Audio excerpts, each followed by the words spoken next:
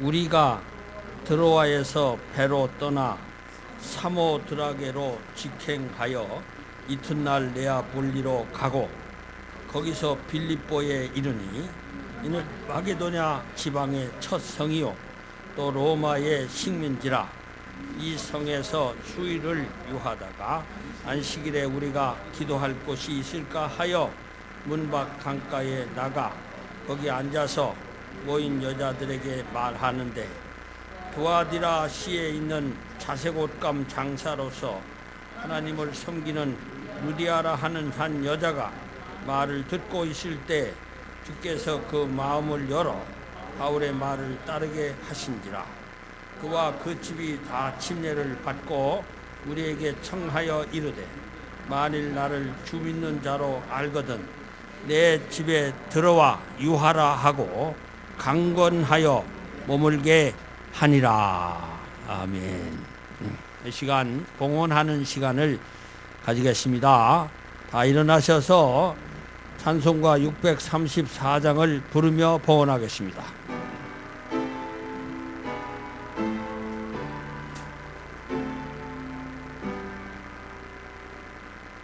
모든 것이 주께로부터 왔으니 이 예물을 주께 바치나이다.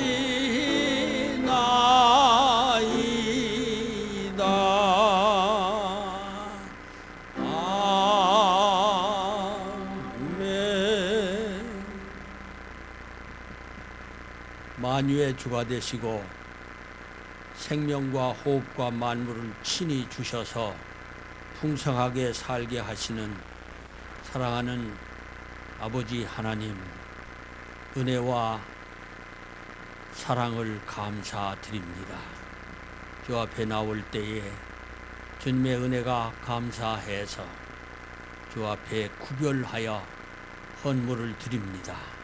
받으시고 축복하시며 주님의 나라가 확장되는 데에 귀히 쓰임받는 헌물이 되게 해 주시옵소서. 헌물과 함께 우리의 마음과 시간과 몸을 드립니다.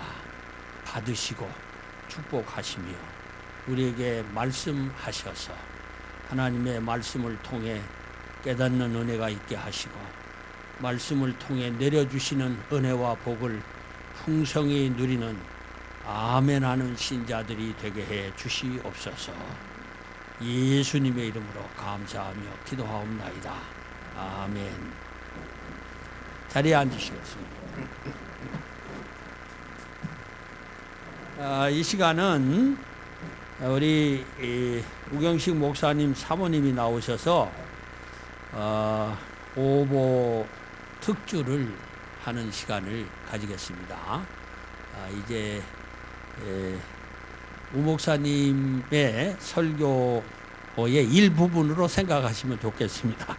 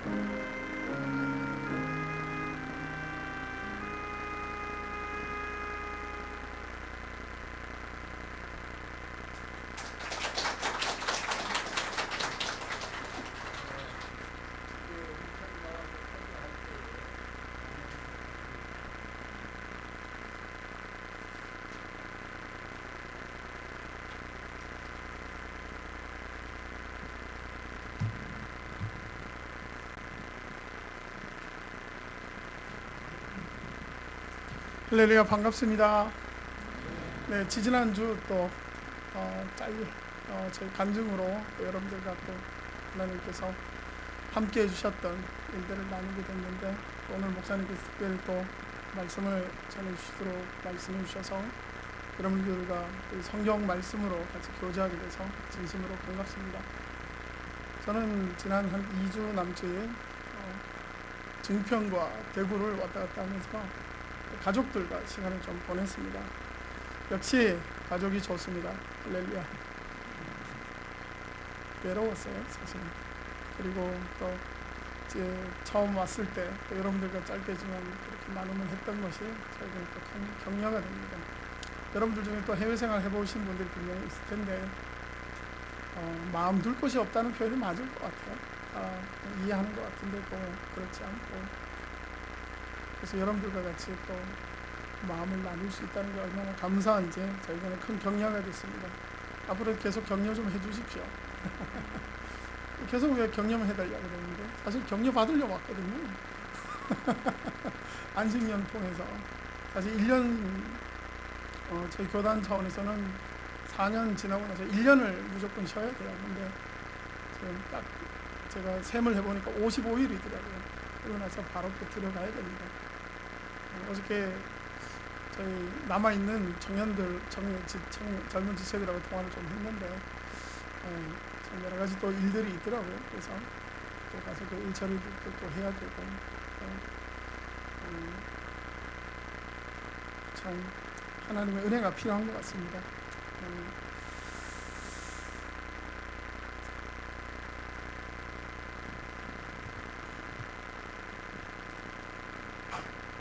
우리가 대체적으로 신앙생활 하면서 그리스도인다운 삶이란 무엇인가라는 그런 질문을 받으면 되게 막연해하거나 아니면 되게 마음이 무거워지는 것을 저는 경험해 봅니다. 과연 그리스도인다운 삶이 무엇인가? 혹시 자신 있게 한번 얘기해 볼 수 있는 분이 있으십니까? 역시 없죠? 근데 성경에서 분명히 얘기하는 것을 우리가 볼 수 있어요. 보통 우리가 배운 대로 얘기를 하자면 선을 향하는 삶, 착한 삶을 사는 것이 그리스도인다운 삶이다. 또 왼뺨을 얻어 터지면은 오른뺨도 돌려대는 삶에 대해서 우리가 또 배워왔습니다. 그리고 11조를 열심히 내고 주일을 안 빠져먹고 주일 성수를 열심히 하는 삶, 이것이 그리스도인다운 삶이라고 우리가 알게 모르게 생각하게 됩니다. 다 좋습니다.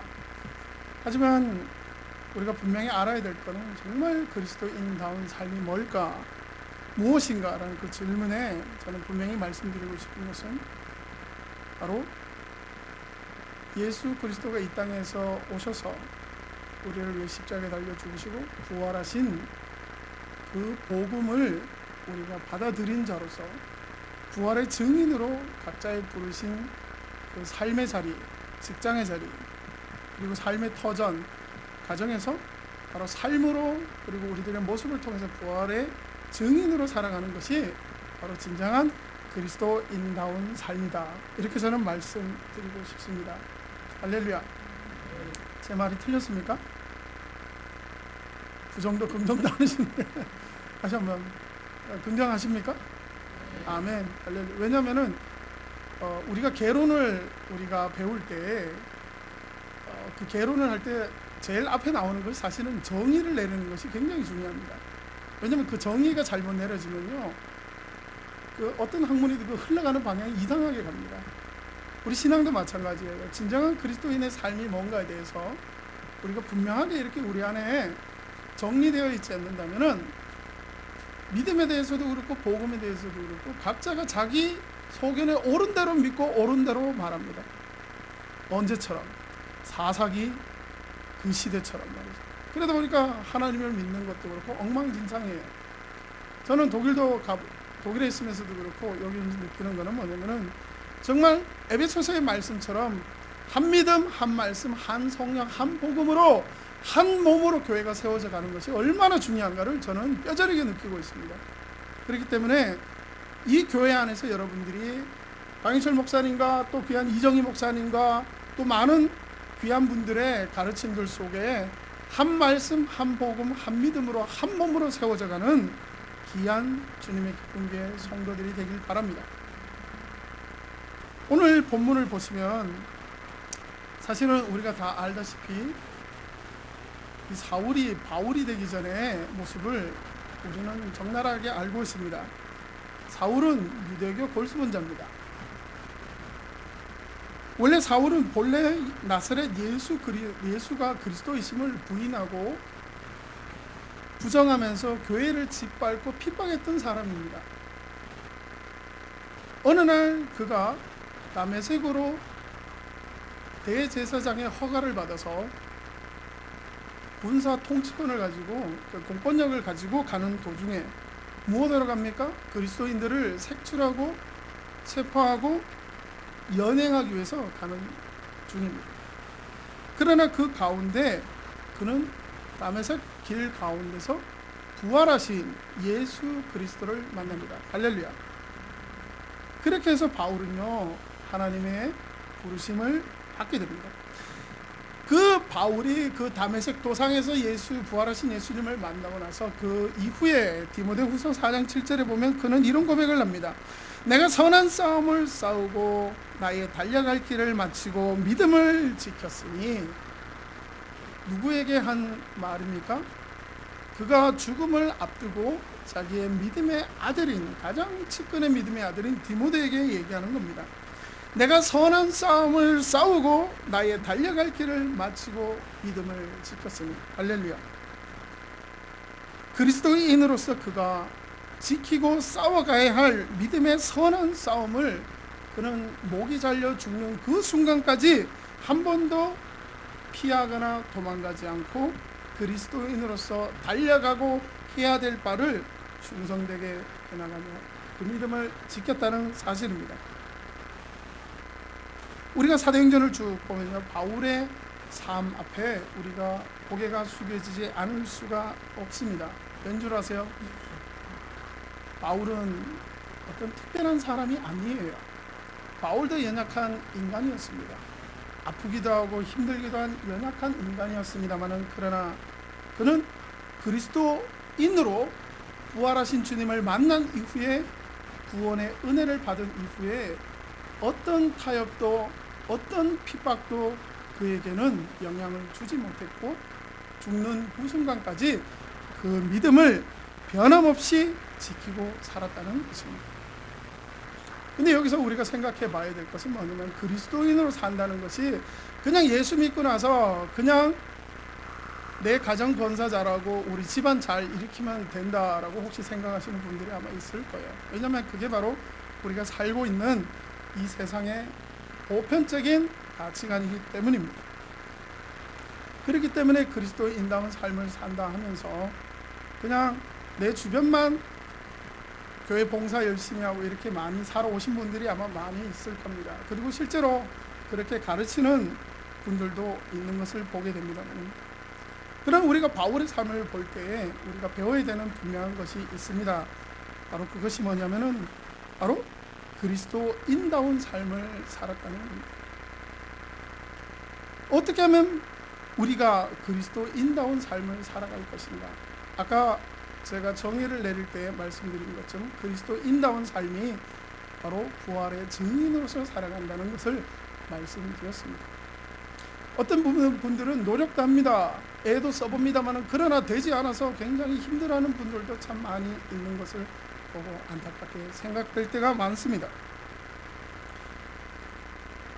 여기서 우리가 바울은 왜 똑같은 인간인데 바울은 되는데 왜 우리는 안 되는 걸까? 혹시 그런 고민 속에 딜레마에 빠져서 힘들어 보신 적이 있으십니까? 저 또한 그런 시간들이 분명히 있었습니다. 이 질문 앞에 우리는 바울의 대답을 통해서 우리가 바울의 고백을 통해서 그 대답을 들을 수 있습니다. 로마서 1장 14절부터 15절을 제가 한번 읽어드리겠습니다. 헬라인이나 야만이나 지혜 있는 자나 어리석은 자에게 다 내가 빚진 자라. 그러므로 나는 할 수 있는 대로 로마에 있는 너희에게도 복음 전하기를 원하노라. 아멘. 바울이 지금 로마에 있는 성도들에게 편지를 씁니다. 바울이 로마를 가봤습니까? 이 당시 안 가봤습니다. 그냥 성도들을 통해서 들려오는 로마 교회 얘기를 듣습니다. 근데 바울이 여기서 얘기하는 것은 빚진 자라, 다 내가 빚진 자라라는 말을 여러분들이 주목해 보시면 좋겠습니다. 바울이 우리와 똑같은 인간이면서도 주님의 부르심을 구원을 받은 그 이후에 그리스도인으로서 부활의 증인으로서 삶을 살 수 있었던 것은 바울이 평생 바로 그 복음의 빚진 자로서의 마음을 가지고 살아갔기 때문입니다. 혹시 여러분들 중에 인생 사시다가 은행에다가 아니면 사람들에게 빚을 져본 적이 있으십니까? 저는 한번 좀 크게 져본 적이 있습니다. 제가 잘못해서 잠을 자다가 그 빚 생각 때문에 잠을 번쩍 깨서 등에 식은땀이 난 적도 있습니다. 이걸 어떻게 해야 되나?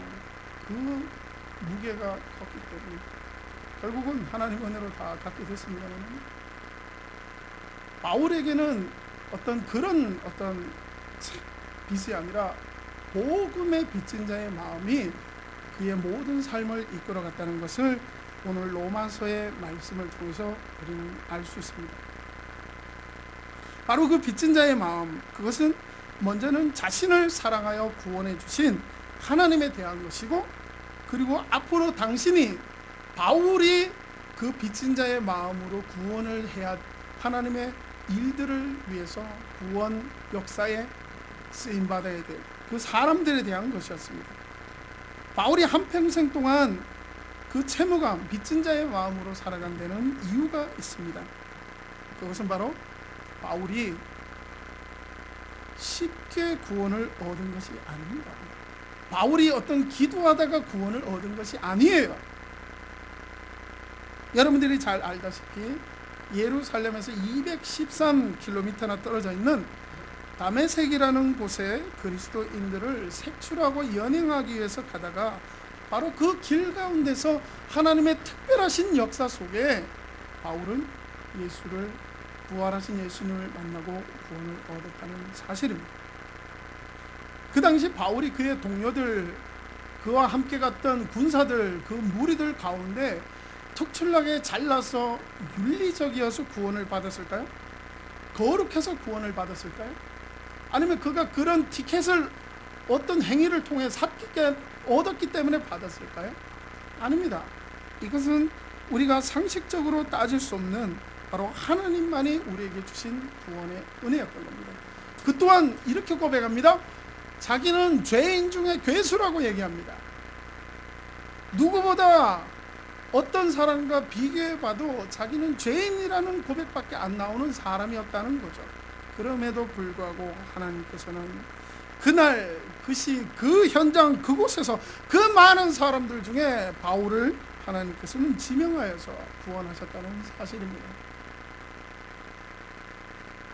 왜 똑같은 날 같은 시간에 같은 장소에서 같은 사람들이 같은 목적지를 향해 걸어가는데 하나님께서는 유독 바울 그 한 사람에게만 구원의 은혜를 베풀어 주셨을까요?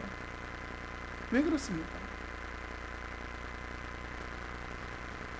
이 질문에는 우리가 합리적이고 논리적인 답변이 없습니다. 전적인 하나님의 뭡니까? 주권이고 사랑이고 은혜입니다. 할렐루야. 저 또한 이 자리에 서 있지만 제 인생 속에서 하나님께서 저를 구원하시기 위해서 하나님의 섭리로 많은 사람들을 준비하셨고, 많은 준비들을 하셨고, 많은 하나님의 인도하심이 있었다는 것을 고백할 수밖에 없습니다. 제가 잘나서 제가 아니에요. 저는 그냥 평범한 사람입니다. 여기 계시는 여러분들 중에서도 학벌이 높은 분들도 계시고, 돈을 많이 가진 분들도 계시고, 어떤 지위가 높은 분들도 계십니다. 하나님이 그거 보고 구원하셨습니까? No, 아닙니다.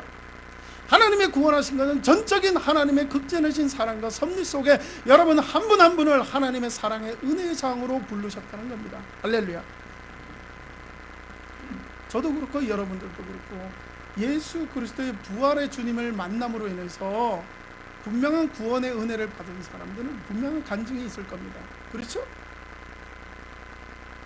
맞습니다. 왜냐하면 주님과의 만남은요, 우리가 옆에 계시는 부인과 남편을 만나듣기 분명한 관계의 시작이 있다는 거예요. 바울 또한 그 다메섹으로 가던 살기 등등에 가던 그 길 가운데서 주님을 만난 뜨거운 경험이 있었습니다. 할렐루야. 자기는 그런 자격이 되지 않는데 그런 자기를 예수 그리스도가 구원해 주셨다는 그 진리 앞에 거꾸러져서 바울은요, 그 사랑이 얼마나 큰지를 그는 깨닫고 이 빚진 자의 마음으로 평생을 살아갔다는 겁니다. 누구보다도 그는 자격 없는 자인 것을 압니다. 하지만 하나님은 그를 사랑하셔서 구원하셨습니다. 그래서 바울은 하나님의 사랑에 대한 그 빚진 자의 마음을 갖고 있어요. 어느 누구도 너는 그리스도에게 빚진 자야 라고 얘기하는 사람이 없습니다. 그럼에도 불구하고 그 마음속에 자연적으로 생성된 것은 나를 구원하신 그 주님을 위해 살겠다는, 그 보답하겠다는, 그 빚을 갚아야 되겠다는 마음이 자연스럽게 그 마음속에 깊이 자리 잡았다는 겁니다. 누가 그런 마음 주셨습니까? 누가 그런 마음 주셨습니까? 성령께서 주셨습니다. 할렐루야. 왜냐하면 예수를 주로 믿는 자마다 그 마음속에 누가 계십니까? 성령께서 계시는 거예요. 그러니까 예수를, 부활하신 주님을 만나고 제대로 믿은 사람들 속에는 성령께서 꿈틀꿈틀 역사하시는 거예요. 바울은 그렇게 평생 동안 그 구원의 은혜에 감격하고 그 빚진 자의 마음으로 살아갔다는 겁니다. 바울은 충분히 유대교 안에서 안락하고 풍성하게 누리는, 그리고 지배하는, 권위를 누리는 삶을 살 수 있는 사람입니다. 근데 그는 그러지 않았어요. 그 모든 것을 부활하신 주님을 깨닫고 나서 배설물처럼 여기면서 그의 삶을 증인으로서 사는 삶을 위해서 자기 삶을 온전히 드리게 됩니다. 하나님께서 당신의 백성들을 구원하시기 위해 하나님의 통로로 바울 자신을 사용하기 위해서 자기를 구원하셨다는 것을 그는 깊이 깨닫게 된 것입니다. 할렐루야. 여러분들도 마찬가지예요. 여러분들의 삶이 잘 배우고 못 배우고, 돈이 많고 돈이 적고, 지금 실직을 했건 안 했건 모든 걸 떠나가지고 하나님께서 여러분들을, 예수를 죽여서까지 여러분들을 사랑하시고 구원하신 이유와 목적이 하나님이 사랑으로 부르시고 그 사랑을 여러분들 통해서 믿지 않는 자들에게 증거하기 위해서 부르셨다는 것을 절대로 잊지 마시기 바랍니다. 이게 우리 안에 있지 않는다면 우리들의 신앙생활 질도 떨어질 뿐만 아니라 우리의 가는 그 방향도 달라진다는 사실입니다. 저는 여러분들이 오늘 이 설교를 통해서 다시 한번 여러분들의 믿음이, 다시 한번 여러분들의 삶이, 다시 한번 여러분들의 인생의 초점이 부활하신 예수 그리스도로 초점이 맞춰지기를 간절히 바랍니다. 그래서 바울은요, 지금까지 자기 중심으로 살아왔던 그 삶을 내려놓습니다. 그리고 헬라인이나 야만인이나 지혜 있는 사람이나 어리석은 사람이나를 따지지 않고 주님께서 원하시는 사람이면 누구든지 어디든지 찾아가서 그들을 구원하기 위한 하나님의 통로가 되기를 기꺼이 자원합니다. 저 또한 제 인생 속에 제 꿈이 있었어요. 지난 간증에도 말씀드렸지만 저는 부흥 강사가 꿈입니다. 5대양 6대주를 다니며 비행기 타고 돌아다니면서 복음 전하고 대접받고 그러기를 제가 원했어요. 근데 하나님은 그게 아니라는 거예요. 그리고 제 마음속에는 중국 내륙 지역을 다니면서 선교하기를 원하는 마음이 있었습니다. 그런데 하나님은 그게 아니라는 거예요. 어느 날 갑자기 하나님이 저에게 독일에 대한 마음을 주셨는데, 그때 제 표현이 이랬죠. 생뚱맞다, 그죠? 얼마나 어이없는 거예요. 아는 사람도 없는데. 근데 하나님께서는 저를 독일로 보내십니다. 가기는 가지만 제 마음은 어떻겠어요? 저도 힘들었어요. 보내놓고 걱정하셨죠? 네? 저도 가서 걱정했어요. 이거 어떻게 살아남아야 되나. 근데 하나님 다 살아남게 하시더라고요. 할렐루야. 그리고 처음에는 몰랐어요. 왜 하나님께서 나를 이곳에 보내셨나. 근데 1년이 지나고 2년이 지나고 함부르크의 교회를 개척하고 하나님께서 사람을 보내시고, 그 사람들이 깨지고 상한 영혼인데 우리 교회 안에서 회복되고 예수를 주로 믿게 되고 거듭나게 되고, 그들이 믿음의 일꾼으로 세워지고 복음의 사명자로 세워지고, 독일 교회로 같이 연합하게 되는 과정 속에서 왜 하나님이 이런 일을 겪게 하시나. 할렐루야 했지만 또 한편으로는 고난과 핍박과 어려움이 있을 때에 왜 이런 일이 우리에게 벌어지나 하나님 앞에 원망도 했고, 사실은 작년 11월 달에 짐 싸들고 한국 오고 싶은 마음이 이까지 올라왔어요. 그럼에도 불구하고 저희들이 견디고 버틸 수 있었던 건 바로 뭐냐면 바로 이 하나님의 마음이었고 부르심이었고 사명이었습니다. 할렐루야. 우리가 살면서 신앙생활도 쉬운 길을 선택할 수 있어요. 쉽게 할 수 있어요. 큰 교회 가서 그냥 적당히 쉽게 신앙생활을 할 수 있어요. 사람들과 부대끼지 않고 적당하게 교회 다니면서 적당하게 11조하고 적당하게 주일 성수하고 적당하게 빠져먹고 띵겨 먹으면서 신앙생활을 할 수 있어요. 누구 앞에서 하는 거예요? 사람 앞에서 하는 거예요. 하나님 앞에서 이 부활의 복음이 우리 안에 들어오면은 우리 속에 있는 성령께서 우리를 이렇게 살게 만들 때일까? 죄송합니다. 발음이 시원찮아서 발음이 샜어요. 중요한 결정적일 때 발음이 새버려서. 우리 성령께서 이렇게 허술하게 신앙생활을 하도록 만듭니까? 아니에요.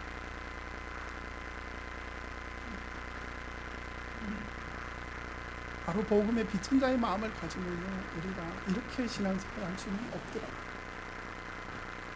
그래서 바울은요, 그 복음의 빚진 자의 마음을 로마서 1장 말씀을 통해서 고백하고 있습니다. 그리고 그는요, 하나님께 적극적으로 자기 인생이 그 복음을 위해서 하나님의 통로가 되어지도록 자기 인생을 내어드리는 삶을 사는 거예요.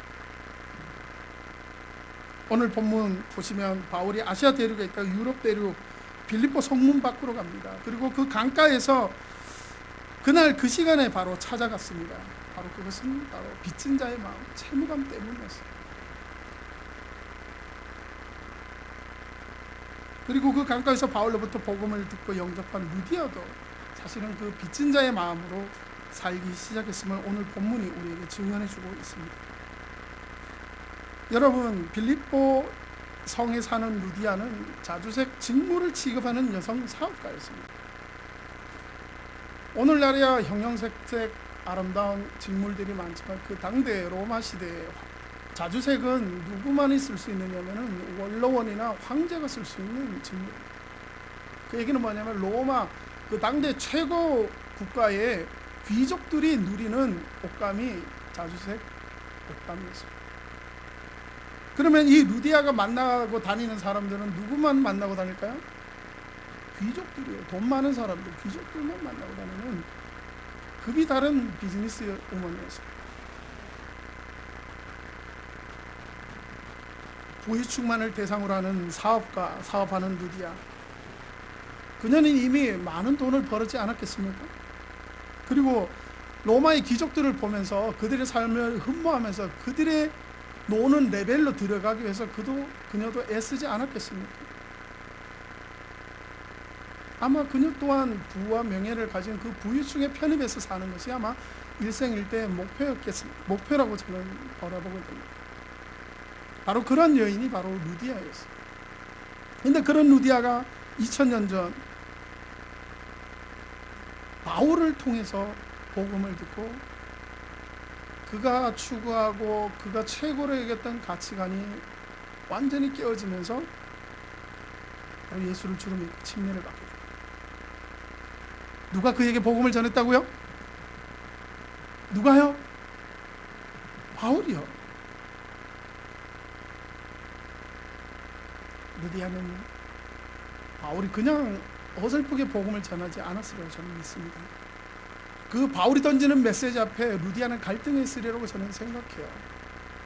자기의 모든 것을 내려놓고 예수를 주로 믿어야 되는데 이거 어떻게 해야 되나? 근데 성령께서 그 루디아의 마음을 활짝 열으셨습니다. 루디아는 자기가 가지고 있는 부와 명예가 더 이상 죽음 이후에 자기 인생을 책임질 수 없다는 것을 복음을 들으면서 깨닫게 됩니다. 할렐루야. 그렇게 해서 자기가 중심이 되어 최고로 중요하게 생각했던 것을 내려놓고 이제는 예수님을 주님으로 믿고 십자가의 삶, 부활의 증인으로서의 삶이 가장 중요한 자기 인생의 주 목적인 것을 고백하게 됩니다. 그래서 루디아는 자기 혼자 침례받지 않습니다. 만약 자기만 영생을 얻고 땡이었다면 자기 혼자 할렐루야 했을까요? 근데 루디아는요, 자기가 구원을 받고 나서 자기 권속이라 그랬어요. 자기 권속은 옛날 표현입니다. 자기 집안에 거느리고 있는 모든 사람들을 전부 다 바울 앞에 데리고 와서 복음을 듣게 합니다. 그리고 예수를 믿게 합니다. 할렐루야. 그래서 온 집이 침례를 받았다고 성경은 얘기하고 있습니다. 바로 이것은 자기 혼자만 구원을 얻고 영생을 얻고 잘 먹고 잘 살겠다는 것이 아니라 바로 자기 가족으로부터 시작되어서 이제는 복음의 증인으로서 살겠다는 것을 의지적으로 표현한 것을 우리는 성경을 통해서 볼 수 있는, 거기서 루디아는 그치지 않습니다. 15절에 보면요, 그와 그 집이 다 침례를 받고 우리에게 청하여 이르되 만일 나를 주 믿는 자로 알거든 내 집에 들어와 유하라 하고 강건하여 머물게 하니라. 이게 무슨 말입니까? 자기 집도 다 침례받게 했습니다. 자기 집안에 속한 모든 사람들이 침례받게 했을 뿐만 아니라 바울 일행을 머물르게 합니다. 어디에요? 자기 집에 머물르게 합니다. 헬라어 동사로 메노라는 말인데 체류하다, 유숙하다는 말입니다. 근데 이 말이 여기에 쓰입니다. 루디아의 말은 일주일도 좋고 한 달도 좋고 1년도 좋고 하니까 당신들이 원하는 대로 우리 집에 유하라는 겁니다. 근데 루디아가 초청한 사람은 바울 혼자입니까? 아니에요. 바울은요 항상 팀으로 다녔습니다. 보면요 성경에 보면 바울과 실라와 디모데와 누가 최소 4명이 그와 함께 다녔습니다. 이때 남자 4명을 자기 집에 기한도 정하지 않고 머물게 한다. 머물게 한다는 것은 먹고 자고 하는 걸 자기들이 책임진다는 거예요. 오늘날에도 친척들이 왔을 때 한 2, 3일은 집에 있게 합니다. 그죠? 1명 정도 방문했을 때 2명까지는. 근데 한 가족이 방문해가지고 일주일이고 한 달이고 있는다. 반드시 문제 생깁니다. 근데 루디아는요, 그건 개의치 않았어요. 성경에 보면 루디아가 결혼을 했는지 안 했는지 모릅니다. 그러나 루디아는요, 큰 손이었어요. 집이 컸나 봐요. 사람들이 많이 그 집 속에 살고 있었어요. 그럼에도 불구하고 자기가 주인으로서 누리고 사는 삶을 이 사람들이 있음으로써 살아냅니까? 아니에요. 반드시 제약이 따릅니다. 그러나 여의치 않고 그들에게 자기 집을 내어줍니다. 그 집에서 주인으로 자기 중심으로 살던 삶의 패턴을 완전히 바꾸어야 함에도 불구하고 내어줍니다. 그걸 그런 불편쯤은 대수롭지 않게 여깁니다. 루디아가 바울 일행에게 유숙할 것을 청한 것은 지나가는 립 서비스가 아니라는 사실입니다. 여기 보면 강권했다라는 말이 나와요. 강권했다. 이 말은 강제로 청했다라는 말입니다. 한 번, 두 번 요청했습니다. 바울이 다 노 했습니다. 그러니까 루디아가 아닙니다. 제발 우리 집에 좀 머물러 주십시오라고 이렇게 강권했다는 거예요. 그러면 그 마음이 통하지 않았겠습니까? 바울은 이제 막 침례를 받은 루디아에게 짐을 지우지 않기 위해서 그 요청을 거절했던 것 같습니다. 그러나 루디아는 바울의 거듭되는 사형에도 불구하고 포기하지 않고 바울을 설득합니다. 재밌는 거는요, 바울이요 루디아에게 어떤 죽은 사람을 살리거나 병을 고치거나 어떤 막 기적을 보여준 게 아니에요. 그냥 뭐만 했냐면 복음만 전했습니다. 복음만 전했는데도 그 부활하신 주님의 그 증인으로서 전한 그 복음이 얼마나 강력하게 루디아에게 들어갔는지 루디아 속에는 바울이요 생명의 은인과 같은 사람이 된 거예요. 할렐루야. 그래서 몇 번이나 유숙하도록 청하고 강권까지. 그 이유가 바로 뭐냐? 다른 게 아니에요. 우리가 앞에 말씀드렸던 것처럼 바울이 필리포 성문 강가 밖에서 복음을 전할 때 그 시간 그곳에 여인들이라는 그룹이 있었는데 누가 있었냐? 루디아가 있었다는 거예요. 그날 그 시간 그곳에 많은 여자들이 루디아와 함께 있었는데 하나님은 그 여인들 가운데 단 한 사람 루디아라는 사람을 하나님께서 구원하여 주셨습니다. 그날 그 시간 그 강가에서 바울과 루디아가 핸드폰을 해가지고 어디서 만나자 그랬습니까? 루디아는 그냥 루디아대로 비즈니스하러 거기 와 있었던 거예요. 바울은 바울대로 하나님께서 강권적으로 이끌어 오셔서 그 빌립보 성문 강가 옆에 하나님께서 두셨다는 사실입니다. 이게 바로 하나님의 섭리입니다. 할렐루야. 그 전에 안디옥에 있던 바울은요. 안디옥은 어디냐면은 이제 터키 지역으로 넘어가게 되는 그쪽 지역입니다. 터키 지역이에요. 지금 두 번째 전도 여행을 시작합니다. 오늘날 터키 지역으로 올라간 바울은요. 더베와 루스드라와 비스디아, 안디옥을 차례로 재방문한 뒤에 터키 서부 지역에서 계속 복음을 전하려고 합니다. 그러나 웬일인지 성령님은 그걸 허락하지 않으십니다. 바울은 일행과 함께 터키 서북쪽에 위치한 무시아로 올라가서 동쪽 비두니아로 진출하려고 했지만 이번에도 성령님께서 어떻게 합니까? 바울의 앞길을 가로막습니다. 바울은 어쩔 수 없이 무시아에서 비두니아의 반대편에 있는 드로아로 내려갔다가 밤에 마케도니아 사람의 환상을 보게 됩니다. 어떤 환상입니까? 마케도니아 사람이 나와서 손을 이렇게 하면서 어떻게 합니까? 우리를 와서 도우라. 우리를 와서 도우라. 그 환상이 결정적이 되어서 바울은 아시아 사이드로 넘어가려고 그러다가 유럽 사이드로 넘어오게 됩니다. 그렇게 넘어온 바울, 아시아 대륙에 들어와서 배를 타고 에게해의 사모드라게의 섬을 거쳐서 유럽 대륙인 네아폴리에 상륙을 하고 마케도니아 지역의 주요 도시인 빌립보라는 지역을 처음으로 방문합니다. 바로 그곳에서 첫 번째 안식일이 되어 기도할 것을 찾기 위해 바울은 빌립보 성문 밖 강가로 나갑니다. 그곳에서 바울은 누구를 만납니까? 여인들을 만나 복음을 전합니다. 그들 중에 누가 믿습니까? 바로 루디아가 부활하신 주님의 복음을 듣고 믿게 됩니다.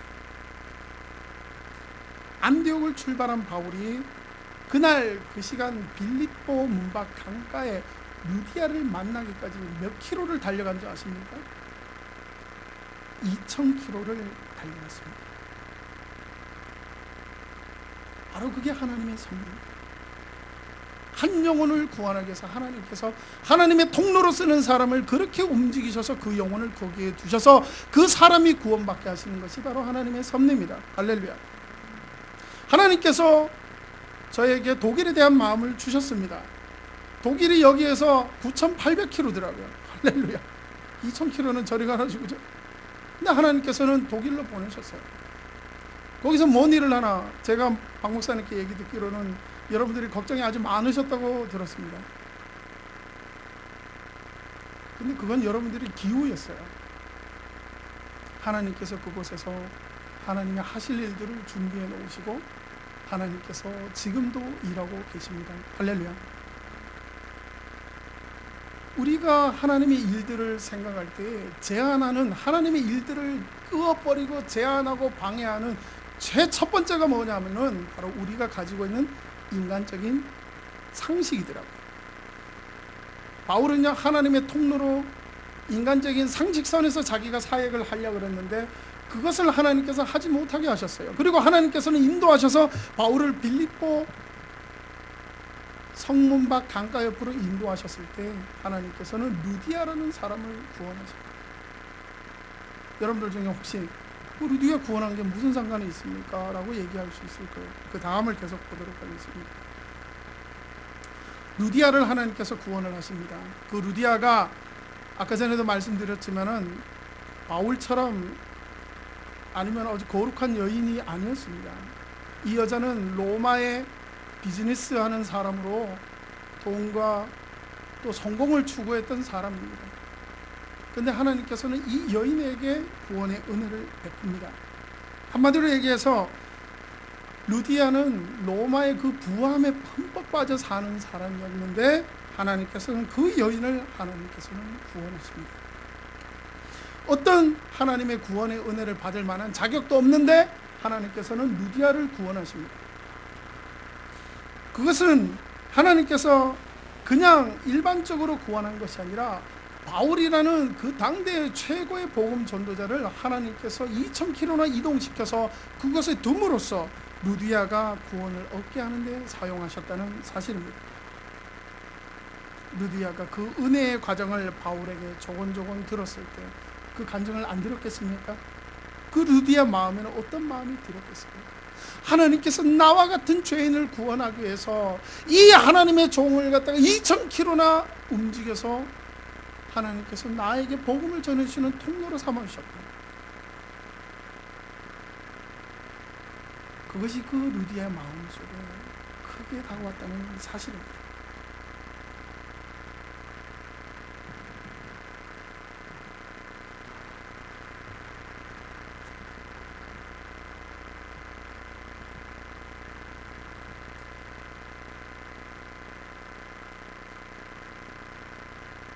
그래서 루디아 또한 바울로부터 받은 그 은혜가 그에게도 전달이 되어서 바울이 가지고 있던 복음의 그 채무감, 빚진 자의 마음이 루디아에게도 그대로 전달이 되었다는 겁니다. 할렐루야. 그렇기 때문에 저는 이걸 보면서요, 누가 복음을 전하느냐, 이게 너무나 중요하더라고요. 자기도 확신 없이 복음에 대해서 얘기하는 사람과 정말 그 부활의 주님을 만나 뜨거운 열정과 그 분명한 확신 속에서 전달하는 거랑 열매의 질이 다릅니다. 저는 여러분들이 이게 말씀드리고 싶어요. 누구로부터 복음을 들었습니까? 그리고 여러분들은 어떤 믿음을 가지고 계시고 또 나이가 만나고 있고 복음을 전하고 있는 사람들에게 어떤 복음을 전하고 계십니까? 이건 굉장히 중요해요.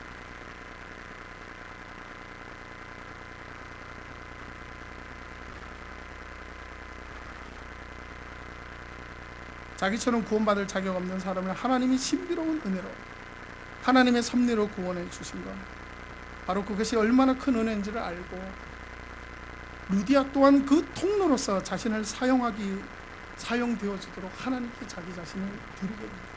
어떻게 해요? 계속 보도록 합니다. 첫 번째는 좀 전에 말씀드린 대로 자기 집을 구원합니다. 자기 집 속에 있는 가족들과 종들과 함께 비즈니스하는 사람들을 모두 다 끌어모아서 복음을 듣게 하고 예수 믿게 합니다. 할렐루야. 그리고 두 번째는 복음을 증거하는 전도단인 선교단인 바울 일행을 최고의 극진하게 하나님의 복음을 그 지역에서 왕성하게 복음 사역을 감당할 수 있도록 서포트를 합니다. 먹고 자고 하는 거 걱정하지 마십시오. 저희들이 복음 전도하는데 마음껏 지원하겠습니다. 루디아는요, 바울 전도단을 그렇게 서포트하고 지원합니다.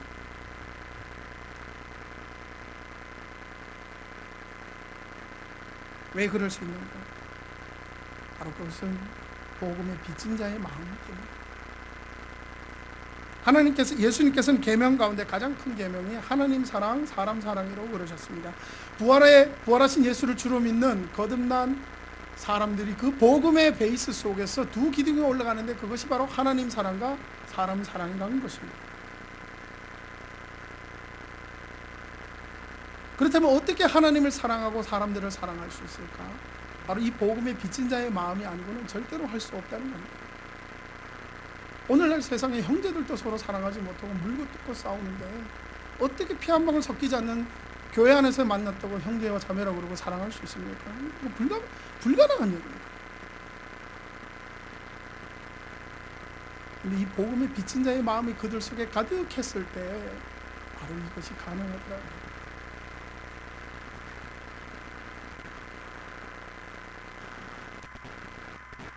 하나님의 사랑에 빚진 자의 마음, 채무감으로 살아간다는 것은 하나님의 나를 구원하신 그 놀라운 하나님의 섭리에 대한 하나님이 나를 구원하신 그 정체성을 잊지 않고 사는 것입니다. 그리고 날마다 하나님의 사랑에 대해서 날마다 깨어 사는 것입니다. 그렇다면 한번 생각을 해보십시오.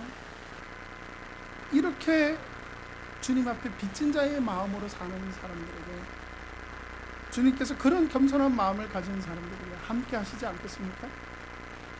함께 하십니다.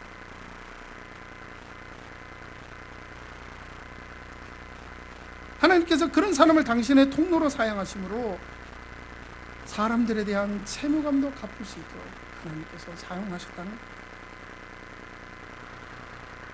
그래서 바울 일평생 하나님께서는 하나님의 사람들을 구원하시는 당신의 통로로 사용하심으로 바울로 하여금 사람에 대한 채무감도 감당하게 하셨습니다. 복음의 이 사역은요, 인간 힘으로는 절대로 할 수 없습니다. 왜냐하면 저도 인간이기 때문에 인격의 모멸을 당하고 무시를 당하고 힘겨운 눌림을 당하고 할 때 저도 제 안에 있는 화가 올라오고 분노가 올라오고,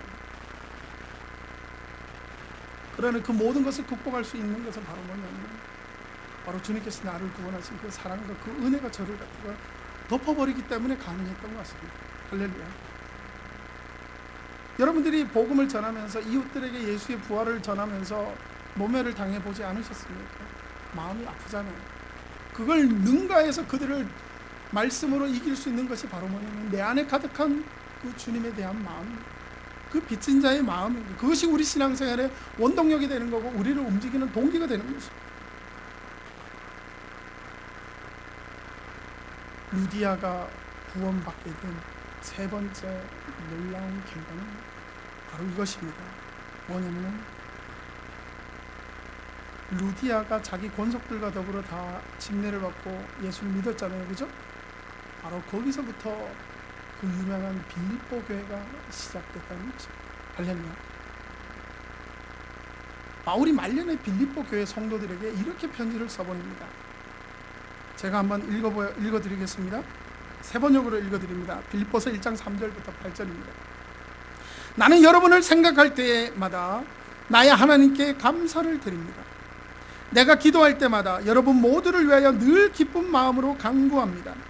여러분이 첫날부터 지금까지 복음을 전하는 일에 동참하고 있기 때문입니다.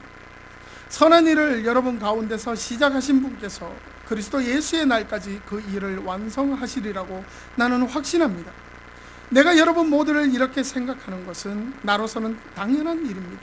내가 여러분을 내 마음에 간직하고 있기 때문입니다. 여러분 모두는 내가 갇혀 있을 때나 복음을 변화하고 입증할 때에 내가 받은 은혜에 동참한 사람들입니다. 내가 그리스도 예수의 심정으로 여러분 모두를 얼마나 그리워하고 있는지는 하나님께서 증언하여 주십니다. 아멘. 이 말씀은요, 바울이 루디아를 통해서 빌립보 교회를 세운 이후에 그 지역을 떠나서 다른 지역으로 가서 결국은 감옥에 갇힙니다. 근데 바울이 복음의 사명을 그 빌립보에서 감당할 때에도 그랬고 빌립보를 떠났을 때에도 이 빌립보 교회 루디아를 중심으로 한 이 교회는 바울의 사역을 위해서 기도로 물질로 마음을 다해서 인 사람을 보내면서까지 최선을 다해서 바울의 그 복음의 사역을 서포트하고 함께했다는 사실입니다. 바울이 그래서 그 빌립보 교회를 잊지 못합니다. 루디아로부터 시작된 바울에게 받은 빚진 자의 마음을 가지고 루디아 또한 바울을 섬기고 또 그 교회를 섬기고 그 지역사회를 복음화를 위해서 섬겼던 그 교회가 어떤 일을 행했기에 바울이 이런 고백을 합니다. 끝까지 바울에게 최선을 다하여 함께했다는 사실입니다. 바울은요, 빌립보 교회들을 성도들을 생각하기만 하면 언제나 기쁨이 넘쳤습니다. 그들의 믿음이 얼마나 믿음으로 건강하게 세워져 있고 복음의 사역을 위해서 함께하는지를 생각하면서 그는 기뻐했습니다. 빌립보 교회 성도들이 하나님 사랑에 대한 그 빚진 자의 마음을 사람들과 하나님에 대해 갚는 통로로서 그들의 삶이 아름답게 살아가고 있었기 때문입니다. 여러분, 저와 여러분이 구원받을 만한 자격이 있었기에 우리가 이 시간 그리스도인으로 이 자리에 앉아 있습니까? 저는 분명히 얘기합니다. 저는요, 자격이 없습니다. 왜냐하면 제가 어떤 사람인지 저는 누구보다도 알고 있기 때문에. 그게 솔직한 제 고백입니다.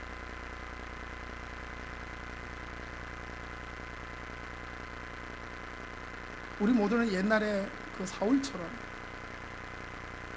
진리를 짓밟는 악한 자이거나 아니면은 루디아처럼 세상의 성공과 부유함만을 탐하고 추구하는 그 욕망의 노예로서 살아갔던 사람들이 아닙니까? 아니면 여기 앉아 계시지만 아직까지도 그걸 포기하지 못해서 나름대로 양쪽 다 다리를 걸쳐놓고 있지는 않으십니까? 하나님께서는 당신의 불가사의한 섭리와 사랑으로 우리를 구원해 주심으로 우리가 바로 이 자리에 앉아서 그리스도인이라고 예배하고 고백할 수 있는 것입니다. 그렇다면 하나님의 사랑을 받은 저와 여러분이 어찌 하나님의 그 놀라운 사랑에 대해서 채무감을 갖지 않겠습니까? 그리고 그 빚진 자의 마음을 어찌 하나님께서 사랑하시는 사람들에게 갚지 않으시겠습니까? 우리가 혹시 구원을 받은 성도이지만 그리스도인이라 하면서도 하나님의 사랑에 대한 그 빚진 자의 마음을 전혀 느끼지 못하거나 예전에는 느꼈는데 이제는 잊어버리고 망각하고 살고 있지는 않으십니다. 그렇다면 아무리 교회 생활을 열심히 해도 우리는 그냥 우리의 행위로 사는 종교적인 관습으로 사람을 판단하고 죽이는 그 당대의 바리새인들처럼 율법주의자가 될 수밖에 없습니다.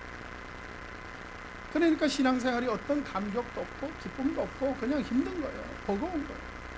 안 하자니 저주받을 것 같고 안 하자니 지옥 갈 것 같고 안 하자니 하나님이 복을 안 줄 것 같은 믿음으로 사는 거예요. 그는 주님과 상관없는 일입니다.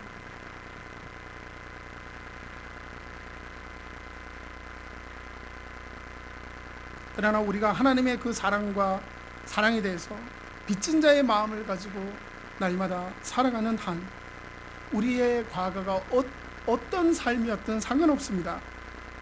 하나님은 우리를 이 시대에 사람을 살리고 그 지역을 살리는 바울과 루디아처럼 하나님의 통로로 사용하신다는 것입니다. 여러분들은 어떤 삶을 살고 계십니까? 여러분들 중에서는 당신은 선교사니까 바울은 그 신약 시대의 위대한 사람이니까 그런 삶을 사는 거지라고 얘기할 수 있습니다. 저는 분명히 말씀드리고 싶습니다. 저나 바울이나 여러분이나 달릴 게 하나도 없는 연약한 죄인이고 인간입니다. 각자 부르심에 순종해서 부르심의 자리에서 열심히 살아가는 거예요. 여러분들은 가정에서 직장에서 일터에서 열심히 살아가시는 겁니다. 그러나 단 한 가지 빠뜨려서는 안 되는 것이 바로 뭐냐면 나를 구원하신 그 부활의 능력과 사랑 앞에 우리가 빚진 자의 마음을 가지고 살아가느냐 아니면은 그 나와 상관없어 라고 살아가느냐 그 차이인 겁니다.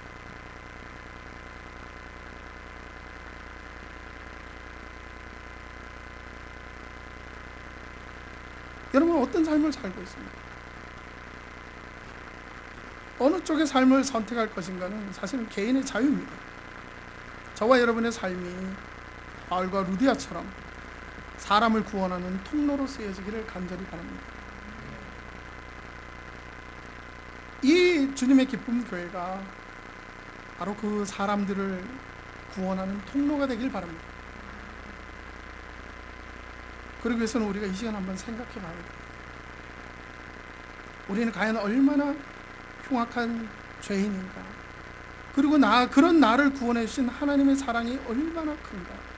그리고 그것이 얼마나 내가 매의 삶 속에 느껴지고 있는가? 여러분 스스로들을 한번 잘 돌아보십시오.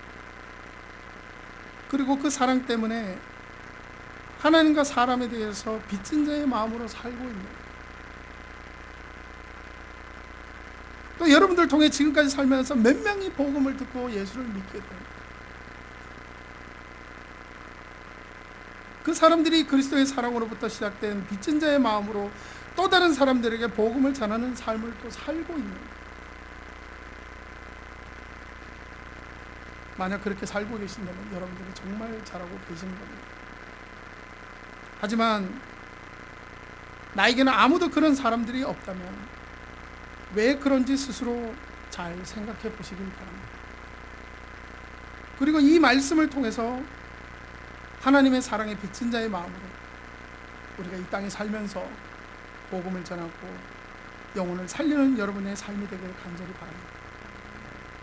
저 또한 여기 있다가 돌아가게 되지만 그곳에서 하나님이 저를 부르신 그 목적대로 하나님의 통로로 사용되어지기를 간절히 바랍니다. 그곳에도 하나님께서 하실 일들이 있어요. 그리고 그곳에서 일어나는 일이 사실은 이곳에서도 10년, 20년 뒤에 일어날 수 있는 확률이 너무나 높습니다. 우리 세대가 가고 다음 세대가 왔을 때, 아니 우리 세대가 가기도 전에 그런 일이 올 수도 있습니다. 그렇기 때문에 이것이 약 9,800km 떨어져 있는 독일의 일이 아니라 우리들의 일이라고 생각하시고 저희들을 위해서도 기도해 주시기를 간절히 바랍니다. 이 시간에 같이 한번 우리 스스로 기도하겠습니다. 여러분들은 얼마나 복음으로 빚진 자의 마음을 가지고 살아가고 계십니까? 너무 많이 들어갔고 이제 식상해져 버려서 이제는 아무 감동도 없고 아무 느낌도 없이 지내시지는 않는지 돌아보시길 바랍니다. 하나님께서 오늘 말씀을 통해서 나에게 내 마음속에 주장하시고 도전하는 것들이 있다면 다시 한번 우리들의 믿음이 세워지고 새롭게 되는 그런 귀한 시간들이 되길 바랍니다. 같이 기도하겠습니다. 할렐루야. 사랑하는 많으신 아버지께 감사와 찬양을 드립니다.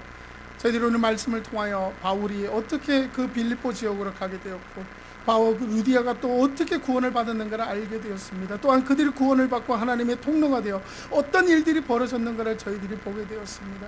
그 중심 속에는 바로 부활하신 그 주님을 만나고 그 주님 앞에 자기 인생을 온전하게 드려 하나님의 통로로 증인으로서의 삶을 살아갔던 그 하나님의 사람들을 통하여 놀라운 일들이 일어났음을 저희들이 압니다. 저희들이 신앙을 돌아봅니다. 과거에 언젠가 주님을 만났던 그 시간들을 돌아봅니다. 그 이후에 저희들의 삶이 어떻게 바뀌었고 저희들이 마음은 어떤 마음으로 살아가는가를 다시 한번 돌아봅니다. 다시 한번 그 자리로 돌아가 나를 구원하시고 나를 새롭게 하시고 나를 하나님의 자녀로 삼으신 그 주님의 사랑과 은혜에 감격하게 하시고 그 빚진 자의 마음이 저희들 속에 강하게 남아있어 하나님을 사랑하고 영혼들을 사랑하는 마음으로 저희들의 남은 인생이 주님 앞에 아름답게 드려질 수 있도록 하나님의 통로로 살아갈 수 있도록 아버지 하나님 저희들의 신앙을 새롭게 하시고 이 교회를 새롭게 하시고 주님의 은혜로 채워주시옵소서.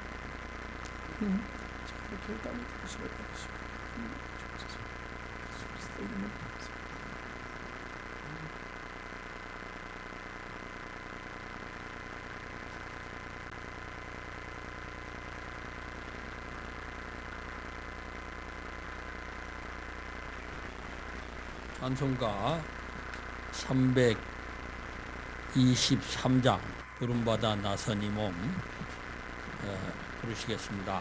323장.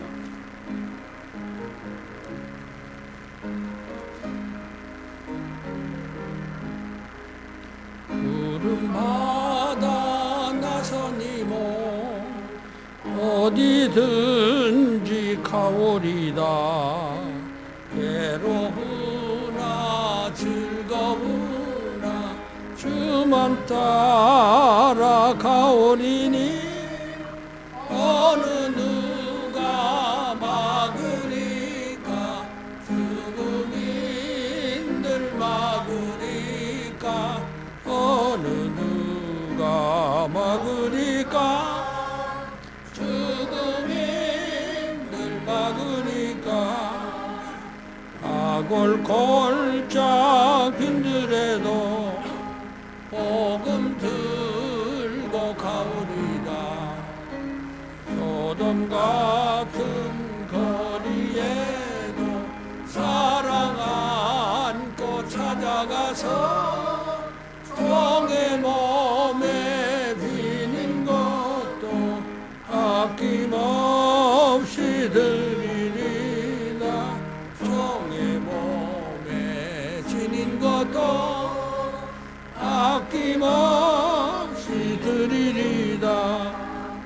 전기 영광 모든 권세 주님 홀로 받으소서. 멸시천대 십자가는 제가 지고 가오리다. 이름 없이 빛도 없이 감사하며 섬기리다. 이름 없이 빛도 없이 감사하며 섬기리다. 아멘. 나 주님의 기쁨 되기 원하네.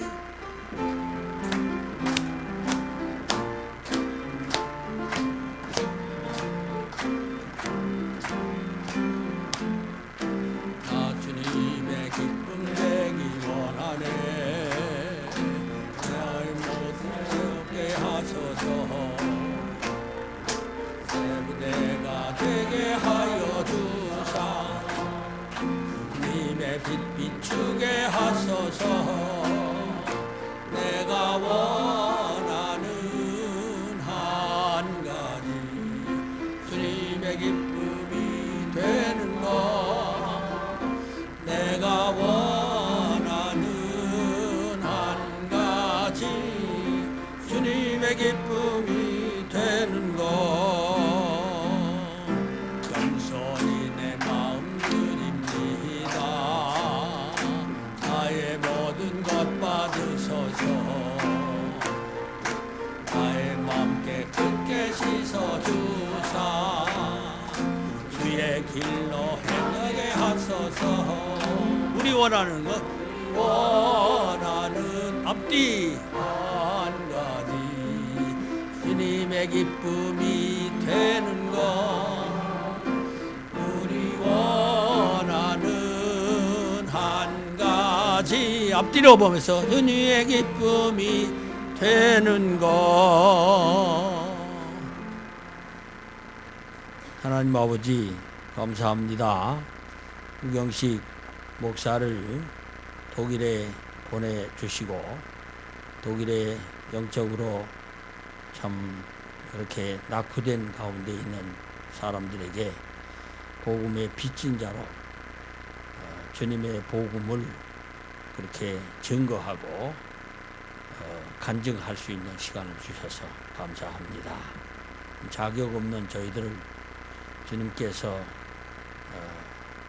무조건적인 사랑으로 구원해 주시고 하나님의 자녀로 삼으시고 하나님의 복음의 빚진 자로 살도록 그렇게 말씀해 주시니 감사합니다. 우리의 남은 생애가 주님의 사랑의 전달자로 주의 복음의 전달자로 우리의 남은 삶을 믿음으로 살아가는 저희들이 되게 해 주시옵소서. 우리 우경식 목사 내외와 예루를 한국에 머무는 동안 그렇게 평안하게 하시고 위로받게 하시고 힘을 얻게 하시기를 바랍니다.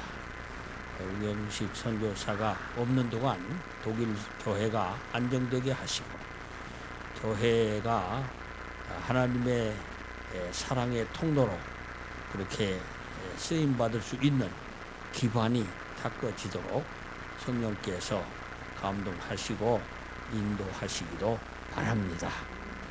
지금 인도네시아에서 복음을 전하는 박영철 목사님에게 성령의 지혜와 능력으로 충만하게 임하셔서 7일 귀국할 때까지 편하게 인도해 주시옵소서. 이제는 주 예수 그리스도의 귀하신 은혜와 하나님 아버지의 극진하신 사랑과 성령의 교통하심이 복음의 빚진 자로 우리의 남은 삶을 가족을 구원하고 또 우리 교회를 세우며 복음을 전하기 원하는 이 무리들과 이제부터 영원토록 함께 계시기를 간절히 축원합니다. 아멘.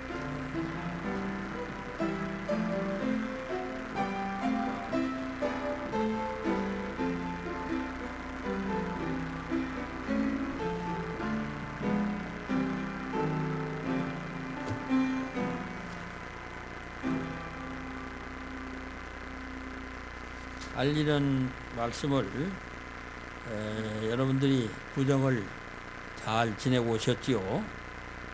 복음의 빚진 자로 복음들을 가족들에게 전하고 온 줄로 믿습니다.